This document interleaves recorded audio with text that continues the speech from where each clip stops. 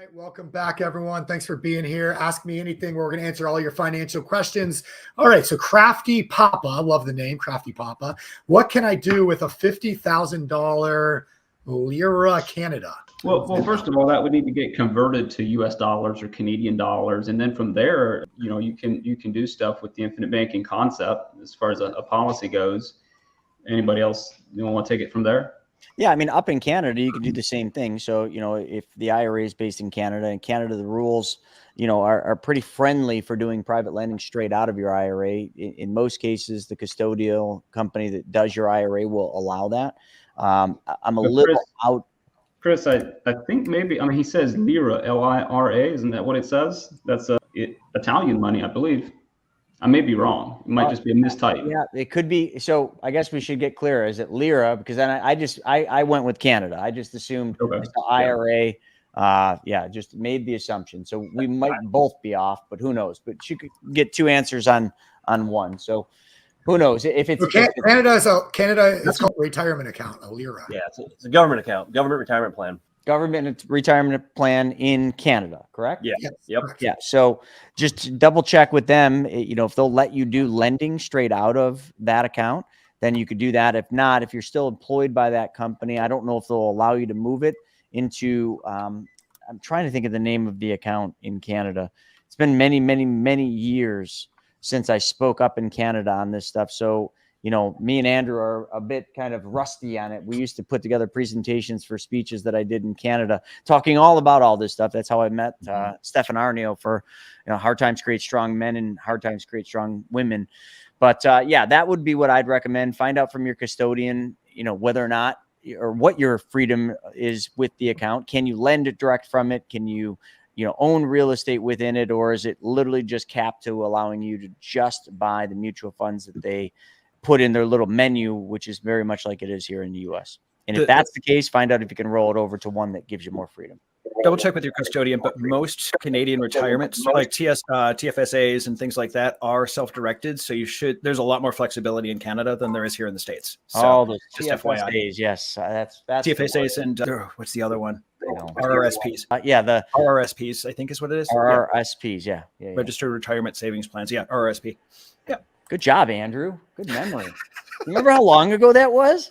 It was a long time ago. Oh, that's what happens when you have Canadian family and you talk about stuff like that. So, mom's dual. So, yep. How does a policy grow by using it if the PUA amount is fixed?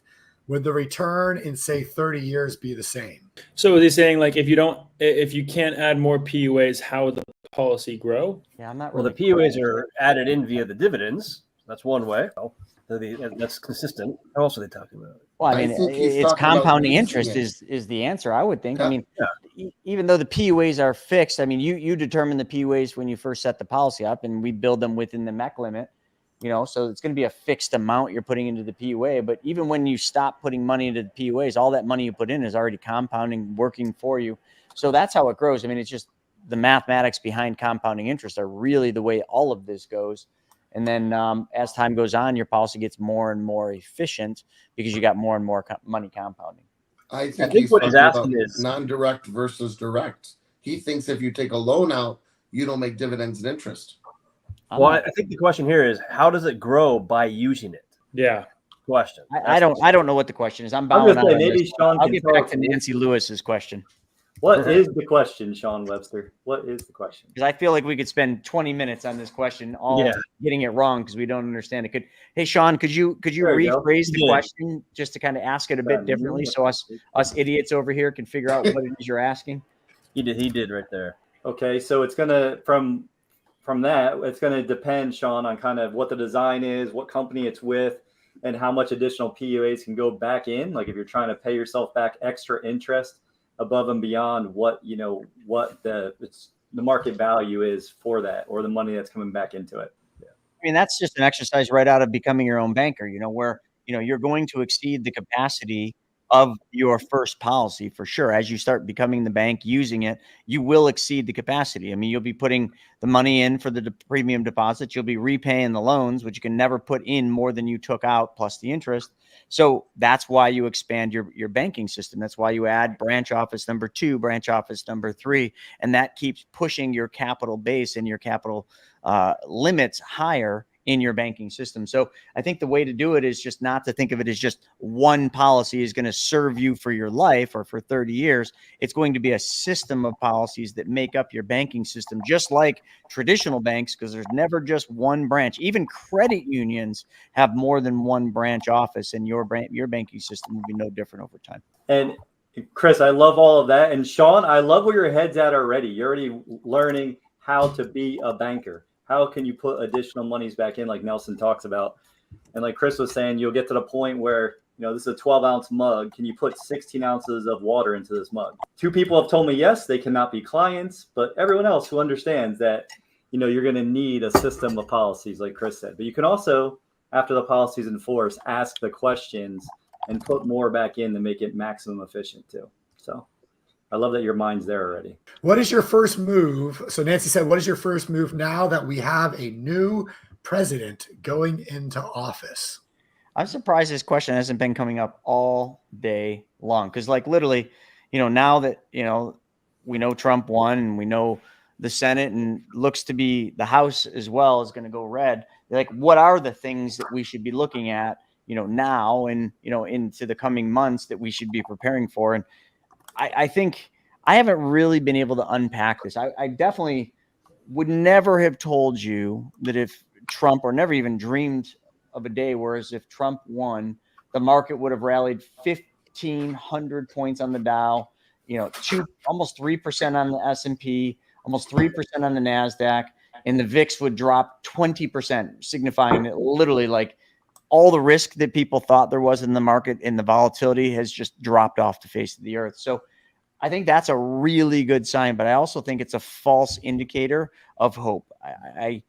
If you just understand economic cycles and you just understand market cycles, you will understand that it's not a president that controls where the markets go. They certainly help. Their policies will 100% the economy. But unfortunately, President Trump is going to be taking over an economy that is on a severe decline. I mean, if you've been paying attention to the fake job reports and then the revisions to the job reports, you will understand that things are on the slide down and will continue to slide down. I think his policies will help that in the longer run, but I still don't see a way because of everything that's already been done and because of where we're at, where we avoid a recession. Now, I hope I'm wrong.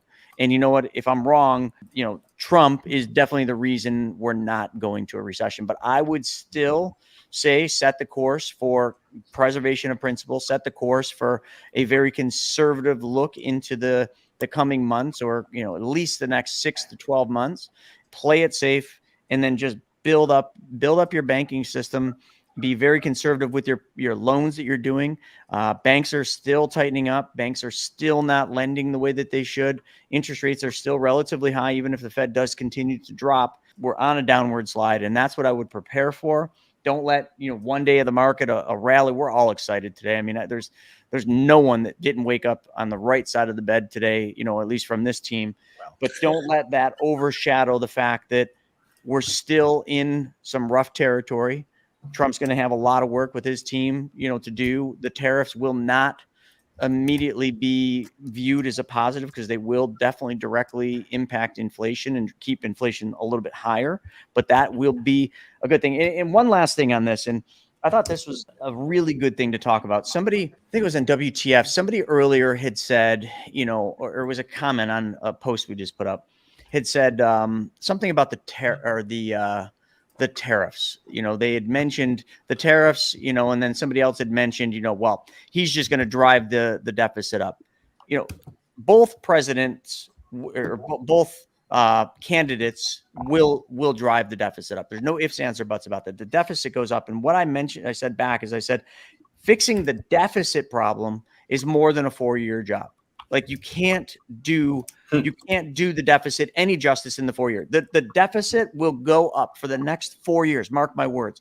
But the policies put in place in the next 4 years will make it so that our kids will not have the burden as much as we do. God, I even hate using that word. I just said burden, didn't I? Damn. But anyway, they will not have that weight on their back like we do if the policies are set, if they're put in place. Then in the future, I really do see a day where we start getting the deficit more under control. I just don't see it in the next 4 years. I really don't. I'm also holding off until like any sort of plans. I want to hold off and see who else he has on his cabinet, because I think that's going to make some differences. Like who are his advisors? Who are the people who are going to start guiding the country? We know a few of them already, but I think to really make an informed decision, I want to see how that pans out over the next couple of weeks or so while the transition team takes over. So we'll see. Play it safe. Great answer. My answer was much more simple. My first thing I'm going to do is drink a bunch of these leftist beers. Drinking them up. First thing I'm doing. Didn't somebody also comment that they were going somewhere to do that too? All right. So next question. How soon are the funds available after an annual payment is sent in? Policies with Lafayette and is turning 2 years old. Congratulations. I can tell you from experience with Lafayette, it's typically within 2 weeks. But we do say usually, within 30 days. Very good. Leah says, is it okay to take max cash value loans like the chiropractor for several years and only pay policy loan interest to pay down debt, then pay the policy back? Yeah. Yeah. That's what you're supposed to do. I love it. So now the debt is not living on your credit report. It's living inside the policy. So now what did that do? Increase your credit score, decrease your DTI. Now you have extra cash flow. Now you can pay yourself back and recoup that money. We get this question a lot too. I would say people are confused because we always talk about the segregated bank account. And it's like, should I repay my bank account or the policy, or when do I move the money from my bank account into the policy? Like, how does that actually happen? And I think it's very situational. If you have other debts you want to pay off after you paid off the first one, and now you're paying yourself back, well, sure, you could put it in the bank account, move it to the policy, and then take another loan and keep it flowing. But if you're going to be taking it right back out the next day to take out the next debt anyways, you might not need to pay back the policy. You might want to just leave it in the bank account and go straight to the next debt immediately. But if you have, a massive mortgage you're trying to pay off, maybe you repay the policy and then take a loan every 3-4 months. And so it really depends on the debt you have and what you're looking to do. Can I jump in on this? This is a really good topic. One I think we should spend more time with. And it's one that doesn't have a definitive answer, which is where I think that this comes up a lot, Carson. And I'm glad the way you handle it. But I think sometimes when you're setting up your own banking system and you're learning this, especially in the beginning, I'm just going to go back to when I first learned this. It was brand new to me. It was rather difficult for me to wrap my head around it because I was deeply entrenched in the traditional financial system. So how I did it is I learned. I take a loan. I started off paying off debt. I paid the debts down. I recaptured the money back to the segregated account. But I just conditioned myself to learn one way because it's just so much easier just to follow one set of instructions, learn them well. I mean, if anyone goes to the gym, like when you get used to a routine, you don't think about it. You just do the same thing, and it becomes easier and easier. It's like that with everything. So that's how I did it. And how I did it in the beginning is I worked on a quarterly basis. It didn't matter if I had cash value in the policy. Every quarter, I set my map up so that a loan was taken out, paid down the debts. I would cycle that for 30 days, look at how much I saved on the statement. You could do this much quicker today because you could just log in. Back then, I just dealt with paper statements.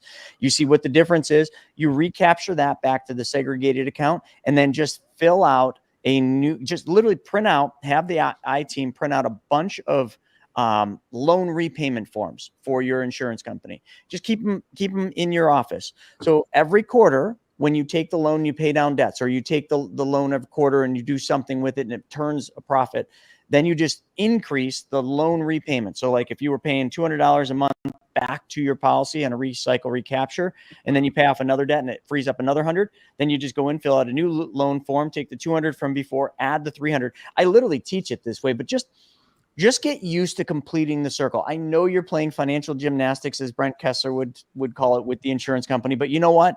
Who cares? Just follow the circle. Money goes out, money comes back into the policy and then gets redeployed. And just think of it, on the fastest at a quarterly basis. It'll make your bookkeeping and everything else easier. All right. Good stuff. I'm with Sean on this one. Ah! All right, wake up. Here we go. Knights of Israel says, my cousin who sells life insurance said he knows about IBC, but he said it's not for everyone. What questions can I ask him to see if he makes them right? He's totally right. It's not for What this everyone. reminds you of, though? Yeah, it's not for everybody. It reminds me of everybody because everybody's got a cousin that he's either a realtor or life insurance. So I don't think they're any special. They're not special that their cousin sells life insurance. Right. I also had a friend of mine who one day he's got a pretty high net worth, and the financial advisor told him that no, IBC is only for the very rich. And it's like, what? Well, to the answer, though, I mean, it does start with the company itself. So it depends who's an agent with. Not all life insurance companies are able to create policies this way and allow you to take loans uninterrupted and everything else. So it starts with the company that he's an agent with. And then somebody want to add to that? Yeah. And here's the best question. Yeah. How does he use infinite banking in his own life? Bingo. Best question ever. Yeah. I'll second that. Yep. If he doesn't, move on. Yeah. Yep. So Knights of Israel, you can always schedule a call with us. We can kind of talk you through that a little bit more and make sure it's done right. Because we do make a pretty significantly reduced commission on these as well. So it's not about the money. Even if he built it for you, he's not going to make much on it probably anyway. So, I wouldn't do it as a financial thing just because of your cousin, and make sure it's done right. And remember, this is for life. I understand family is life too, but this is your financial future. So you want to make sure that not only is it set up properly today, but how are you going to use it in 6 months from now, a year from now, 5 years from now, 10 years from now, when you need changes made to it. This is all we do all day, every day. So, those are all things to consider as well. So I'll put a link in if you want to schedule a call with our team. There you go. Thank you. And also for DM8 or DMN8TR, I never know who that is. It says, hey, Chris, let's get started on my first policy. Make sure you use that link and book a call with us. All right. The next star is That's What She Said. Are there any strategies to help lower my tax bill besides real estate while using the infinite banking concept? Well, we can't give tax advice, but lower your tax bill. You could always work with your CPA to figure out like what type of qualified retirement plan could work. I mean, a SEP sometimes for a small, closely held company could be really beneficial. You can put a bunch in. A solo 401k could be good, and I'm referring to self-directed custodians for these. So you wouldn't want to go to Schwab or things like that, although you could go to someone like Horizon Trust and do that. That way you can still be the bank and lend. The other thing too, I mean, you can always look at a charitable remainder trust. And again, this is all check with your CPA. You got to be at a certain level, of income where that's going to really benefit you. And, I think the ultimate, at the top that most people should consider, and I think more CPAs should advise their clients about, is really looking into private foundations, setting up a private foundation that you can put up to 50% of your income into and get a deduction for it. Now, remember that money's gone and it's in the foundation, so you have to give it. But just think of it this way. Any money you put into the foundation is money the government would have taken from you anyway. So it really wasn't your money in the first place. You might as well do something good that means something to your heart and give and teach your kids to give with money that the IRS would have gotten and squandered somewhere. So that's the way I look at things. And don't forget to get a good CPA that is creative and will use things like Augusta rule and 179 deductions and take advantage of cost segs and everything else that you can. I mean, sometimes CPAs seem to, and no disrespect to them, but I've seen it more than less. They tend to just give you the basic normal answers. Well, let's put money in an IRA. Oh, well, you're taking your gas deductions and your mileage deduction. I mean, like there's way more creative stuff you can do. You just got to find a CPA that's willing to spend the time to do the tax planning with you, not just your tax returns. Any expectations from Navigate Your Ventures of the elites to throw a wrench in the economy once President Trump is in office? Of course. Always. Of course. Yeah. Lori says she's so adorable. Tess, Lori, I don't know. There are multiple people on here. Okay. Kids. Lennis's kids. Yeah, Lennis's kids are so cute, and that's Tess and Lori. They keep waving. Thank you. They said thank you. And this is on behalf of them, by the way. All right. Nancy said, hi, Nancy. If we have a holding company that's a disregarded LLC, can we use a checking account in that company name as our segregated account? I don't know that one. Yeah, absolutely. I had to read that. Holding company is disregarded LLC can use a checking account in that company name. The only thing I would preface is if Probably Who owns not. the policy? Well, hold on. There's a little bit more to this. So if your policy was owned by that disregarded LLC, like if it was a COLI policy, then yes, you would use a checking account from that same entity. But again, you wouldn't really want to cross streams. If your policies were owned personally, you wouldn't send the money to that disregarded LLC's bank account and then try to take it back out. I mean, number one, you could, but it'd be just a bookkeeping nightmare. All right. Yeah, I mean, checking like accounts are free too. So it's, just grab a free checking account. Just something to flow money through. Susan asked, Lafayette loan interest went up to 7% on some of the policies. I heard someone on Chris's call say the dividend rate went up 0.45 points. Does anyone know the interest and dividend rate total payout? What is it? For 575? Lennis, you know what that is? I feel like Craig might, and he's not here right now. Craig? Lafayette's dividend, Linus. Oh, I had seen it went up. I don't remember what it was. Yeah, it did. It went up a lot. Yeah. 575, I feel like is right. Yeah, Chris. 575, I think, is where it's at. For some reason that's in my mind. Yeah, I think I remember seeing 5.8. We both could be right. Who knows? And by the way, I saw Gabe jumped off, but tomorrow, just quick public service announcement. Gabe and I are starting a 9-week, Read this. infinite banking, black belt training, white belt to black belt. Come learn infinite banking from 2 martial artists. So it'll be fun. I'll be a special guest. Thoughts on long-term policy funding over surrendering cash value and dividends to cover premiums? I think that's a terrible idea. I think Sean Sean, that's what I have to say about that. It's an absolute terrible idea. You're basically saying that you're still viewing premiums as expenses, as a payment, where you're not looking at it as a deposit. Because I've never met a single person, never once have I met a single person that wants to make less deposits into their bank. But that question is saying, how can I find a way to make less deposits? In other words, how can I stunt the growth of my banking system? How can I make less money? How can I earn less? How can I compound less? Like, that's a mindset shift we got to get over. I think he's really thinking about traditional and thinking about that's just a mindset thing, right, Joe? Yeah. Or is he asking literally, does it make sense for us to use dividends to pay premiums for us long term? Only in an emergency where maybe you're pinched for cash and you're trying to find out, like we've had to do it literally probably, on one hand, the amount of times with all 16,000 clients where we've used dividends to support the premium deposit. And that's usually because of a temporary situation, like real estate investors deal didn't close or income, or layoffs or something like that. But it doesn't happen often. And that would be the only time I'd ever suggest surrendering cash value or using a dividend to make your premium deposit. Especially in year 11 when you're depositing. And just call Joe and he'll give you a loan for 64% interest, and you'll be happy to pay him 64%. I mean, our policies, 99% of our policies are 200 to 300% cash on cash in year 11. That's why I wasn't kidding when I said they'd be happy to pay you your 54% interest. Yeah. That is usury, man. Usury. All right. Any more stars? Here we go. That little brown dog. Hopefully it doesn't live in Ohio. All right. Can you clarify where the interest goes that I paid for a policy loan? Does it all go back to the insurance company? How does it put more money into my policy? One of the most common questions. Who wants to answer it? You. So it goes back, that little brown dog, not in Ohio, goes back to the insurance company. They're your partners. You're an owner in a mutually owned dividend paying whole life company, which is an everyone thrives situation. So when you're paying them back, they are making money from you paying them back. And then from them being more profitable, they're most likely going to have another year when you get a dividend, which gives you more money. So it's a nice cycle there. But if you pay more than the interest rate, the 5 or 6% or 7% of Lafayette that you're paying back to them, then that's what's going to go in to grow the policy in addition. So that's the second part of your question there. I need people to understand that this is 2 separate entities. A, we're depositing into our policy. B, the insurance company's general fund is lending us money based on our deposit. It's 2 different entities. So now we're making money in the deposit with the dividends and interest. When we pay the interest back to the insurance company, that's for the borrow. Now, what are we doing with that borrow?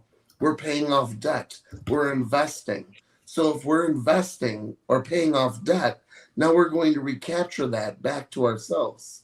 That interest that we're paying the insurance company is going to be minus from the arbitrage of the investment.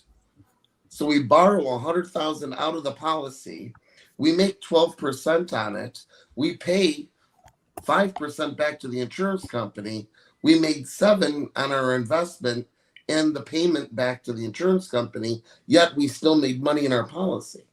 Two separate things. I did the webinar I did today, which will be up on YouTube soon, really does a good job of covering this. You know, this is a common question. I mean, there's nothing wrong with this question. There's a lot of interest that we talk about. We talk about the interest on the policy, the guaranteed interest the policy earns, and that's earning that uninterrupted. Then there's the interest on the policy loan, which is simple interest. And then there's the interest on, you know, your money working for you in private loans, paying off debt, cars, things like that. So there's technically 3 interests you're talking about. So it makes perfect sense that this, you know, the little brown dog, you know, like they get confused and they start thinking, okay, well, how does this make sense? Because what they're thinking is I take money out of the policy, but they're not factoring in the fact that their money's still in, you know, compounding in the policy. And then they got to pay this interest to the insurance company at 5%. So they think that 5% is diminishing what they're making, but it's a simple mathematical thing. And the webinar does it. So if you're earning a higher interest rate on the policy than what you're paying, you're making a spread, kind of like a bank, a traditional bank. You deposit money in the bank pays you 1% interest. Bank turns around and lends that money to James here at 5%. Bank makes a spread. You are making a spread on your money because the interest that you're earning is more than the interest you're paying. And then the third interest is the interest you're earning on the money, which is earning that a second time. Because remember, it's earning once compounding in the policy and it's earning twice out there working for you. So really, like the 5% or 6% or whatever the interest rate is the insurance company's charging you is moot point when you understand the mathematics, which again, that's just an exercise in watching a video or two and you'll see how the math works. All right. Good stuff, man. Chris Snow said he's one of 10 realtors in his area. Reminded me yesterday, I saw somebody, they said that they've seen so many yard signs lately, they think they voted for a realtor. So there you go. See how I do it. Says, why not take $100,000 from my HELOC to fund a policy, then immediately borrow max amounts from the policy to pay down the HELOC and shift my liability into the policy instead of owing the bank. So we're so close, Joe, right? This is one point. You were almost there, brother. It wouldn't work like that, but I love where their mind's at. Yeah, you were almost there because now you're going to create a double hole, I call it. Yes. You're taking the money out of the HELOC, interest there, putting it into the policy. And when you take it out of the policy, now that's a hole you have to fill. If you would have said, take it out of the policy, put it into an investment, and have that investment interest come back to fulfill that full circle, I would have given you a gold star. He would have given you a big kiss on the cheek. My gold star. But yes, utilizing the HELOC for the policy into an investment to come back full circle, absolutely. That's what I do. That's what Joe does. That's what I do. All right, Joe. Let's see. Jay says, Joe. Whoa. Where to Jay go? says, Sorry. Joe, does the CMT rate follow prime rate? How much fluctuation goes on with the first lien HELOC? So it went up and it came back down. It is I forgot which they use. It's an index. And they put, I think it's right around 2% on top of the index. Today, on our calls, it was at 8.18%. And it's going to go down. It went up a little bit and she's coming back down again. So go ahead. Isn't it tied to the 52-week average of the 10-year T-bill rates? So basically the prime, and then they add a couple points to it. I just don't know HELOCs really well. Yeah, I don't know exactly which one they use. There's a specific one that they use. Boy, Andrew, if they use that, holy cow, mortgage rates just went way up today. Yeah, usually mortgages are based on it is either the LIBOR rate or the 52-week average of the 10-year T-bill. So yeah, I see them going up. It's some kind of index. I just forgot what Jason said today. Okay. HELOCs may be different, so I may be incorrect. I'm in a mortgage end, not HELOC, but Yeah. I can find out though next time. All right. So Linda said Lafayette's new dividend's 5.75%. Oh, going off that, can you jump down to Susan's question? I don't think I'm going to be one asking that, but it goes off of that answer.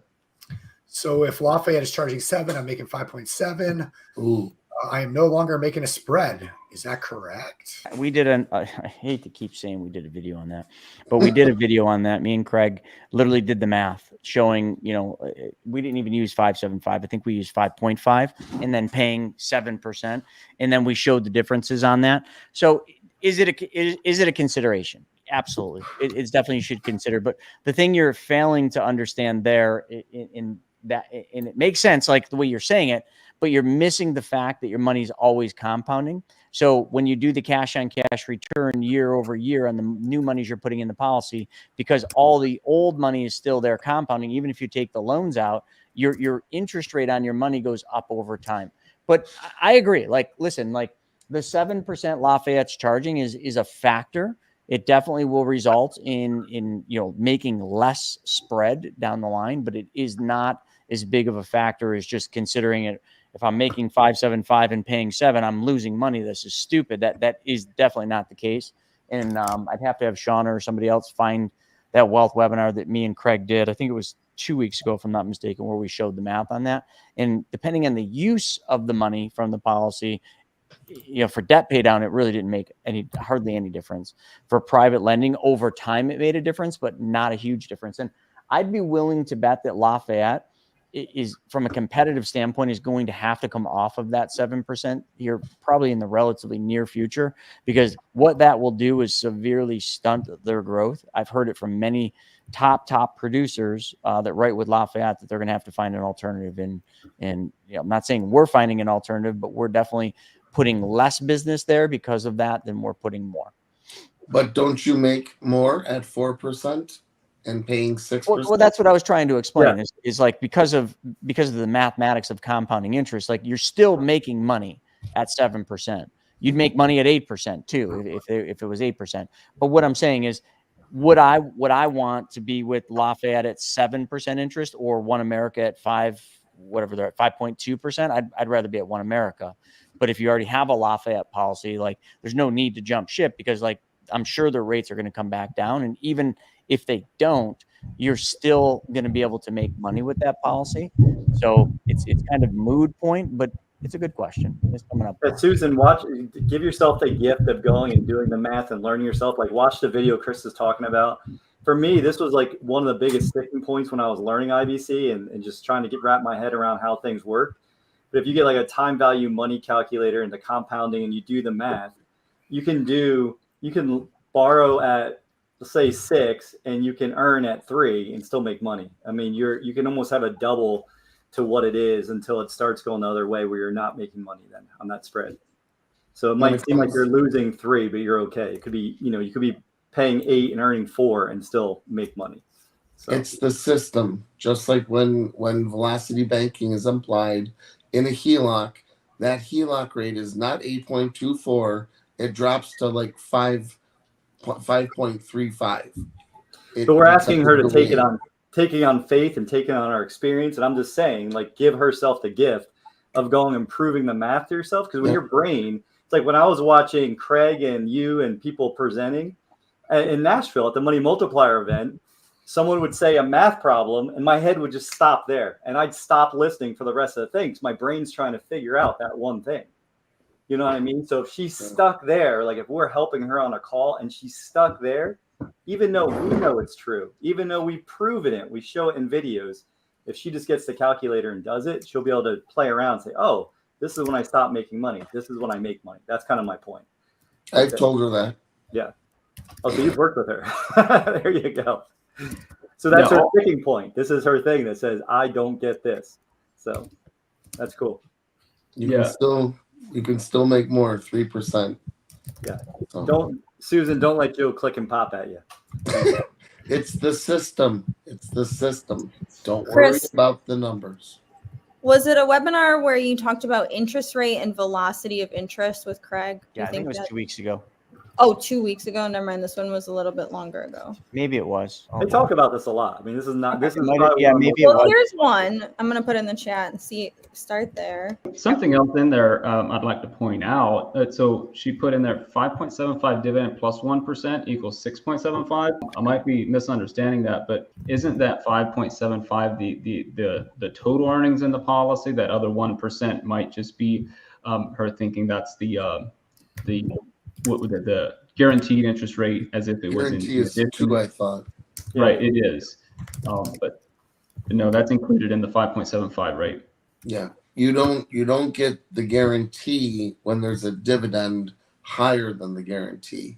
If they said that the dividend was 1.75, you would get the guarantee of 2. I think somebody needs to get on a call with Susan and just No, I'll call her. set up a call her, walk her through the numbers, walk her through the math. It'll be at 10 p.m. because I'm booked. It's just not, this is just not a good platform to go that deep down the rabbit hole and explain that, but it's a very easy explanation once you can draw it out. Yeah.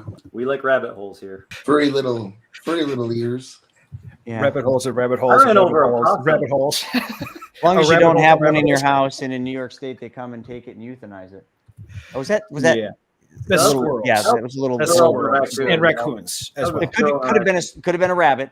Hey, raccoons, Peanut. squirrels, rabbits, Peanut. all little critters. Usually in the morning we have rabbits running from our bikes, and they're super fast. But the other day it was all possums. I don't know why, but there was 4 possums. I actually ran over one of them's tails. I didn't see it. It just moved so slow. It's not a rabbit, that's for sure. So In the Some fun possum fact in for the you guys. daylight? It was not hurt in my cycling. There was no possums hurt. It was okay. It made it back to the woods, but I did run over its tail. Scared the crap out of me. And like the solution to everything is play dead. And I don't know if that works really well with bikes and cars. That's my thought. No, this one did not play dead, Andrews. That was not true. It ran once I hit it. So Ooh. Peanut. Okay. If you ran over Andrew's tail, I bet you he'd run too. All right. Let's bring this back. If I had a tail, I'd run Here we too. go. Here we we're go. buying you time. You brought the next question up, brother. Just There you like go. that. Oh, we did this one. Yep. We did that one. Yeah, we did that one. How about this one? And it's heavy, not heave. Somebody, I saw a question somewhere, Stephen. Somebody was asking about commercial HELOCs. Yeah, on a rental house. Here, I'm gonna put that in the chat. Brandon went through and found all the banks that do lines of credit on commercial real estate. Awesome. Brandon is awesome. If you could send that, that'd be great to meet you, Chris. Right there. All right. First Bank, Omaha, PNC, Wells Fargo Bank. CMG Mortgage is another good one. Brian Richardson said, if we are just opening a policy with Lafayette, should we ask our advisor to look at One America instead? I don't know. I mean, you can compare them. I mean, Lafayette's still a great policy design.